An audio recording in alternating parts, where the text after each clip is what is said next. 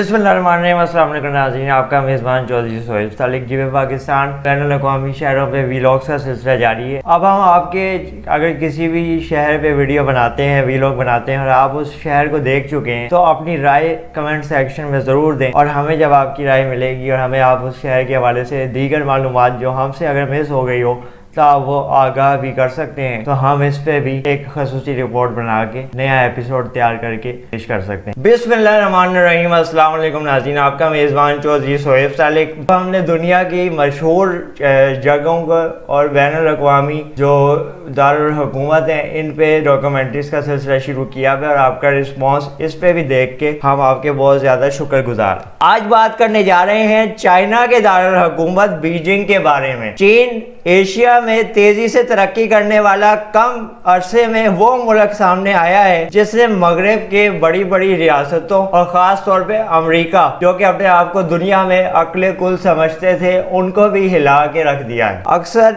लोग ये कहते हैं और आपने भी सुना होगा कि अगर इंसान मेहनत करे तो वो सब कुछ हासिल कर सकता है, जो वो सोच सकता है वो उसे मिल सकता है। इसकी बेहतरीन मिसाल अगर आप देखें तो बीजिंग के लोग हैं। यहाँ की पब्लिक ट्रांसपोर्ट दुनिया की बेहतरीन पब्लिक ट्रांसपोर्ट है। दुनिया के किसी भी शहर की ट्रांसपोर्ट का मुकाबला बीजिंग चाइना के शहर से अगर आप पब्लिक ट्रांसपोर्ट का मुकाबला करेंगे तो बीजिंग का पब्लिक ट्रांसपोर्ट सरे फहरिस्त आएगा। इसके अलावा दुनिया के तमाम तर्ज के खाबे इस शहर बीजिंग में आपको बआसानी मैसर होंगे। ये भी यहाँ की बड़ी खूबी है। बीजिंग दुनिया का दूसरा गुंजान आबाद शहर है। कहा जाता है कि दुनिया में कहीं भी रहने वाला इंसान कभी भी बीजिंग में आके सेटल होना चाहे और मुस्तकिल तौर पे जिंदगी अपनी वहीं पे शुरू करना चाहे तो बाकी दुनिया की निस्बत बीजिंग में उसको बहुत ज्यादा आसानी होती है। दुनिया का वाहिद मुल्क चीन है जिसने सिर्फ 40 साल में तेजी से तरक्की की है और अपने आप को जमीन से आसमान की तरफ सफर में गामजन किया और इस सफर का अब वो भरपूर मुजाहिरा भी पेश कर रहे हैं। ये भी अपनी नौयत का पहला वाकया है कि बीजिंग शहर जिसकी बात हो रही है, यहाँ के जो तजारती मराकज हैं वो दिन के औकात में तो खुले होते हैं जैसे बाकी दुनिया में मामूल है, लेकिन रात के